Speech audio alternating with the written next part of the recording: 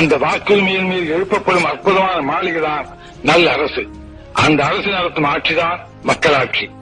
அத்தகைய ஆட்சி நடத்தும் பொறுப்பில் அமர்கிறவர்கள் வல்லவர்களாக இருந்தால் மட்டும் போதாது, நல்லவர்களாகவும் இருக்க வேண்டும்.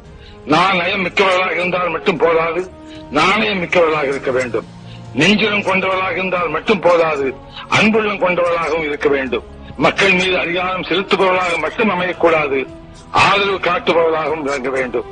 இப்படி மக்களின் பிரதிநிதிகளாக ஆட்சிக்கு வருபவர்கள், அரசில் இடம்பெறுபவர்கள் தூய்மையானவர்களாக, தொண்டுள்ளம் கொண்டவர்களாக, ஏழை எளிய மக்களின் தோழர்களாக, எடுத்தேன் கவிழ்த்தேன் என்று பேசாதவர்களாக, அரசியல் அதிகாரம் என்பது மக்களுக்கு சேவை செய்யும் வாய்ப்பே தவிர மக்களை ஆட்சிப்படைக்கும் உரிமையை தரும் சாதனமாக கருதாதவர்களாக, மக்களோடு மக்களாய், மக்களின் தொண்டர்களாய் வாழ்ந்து காட்ட வேண்டும் என்பதுதான் அமரர் பேரறிஞர் அண்ணா அவர்கள் நமக்கு அளித்த அரசியல் நெறியாகும்.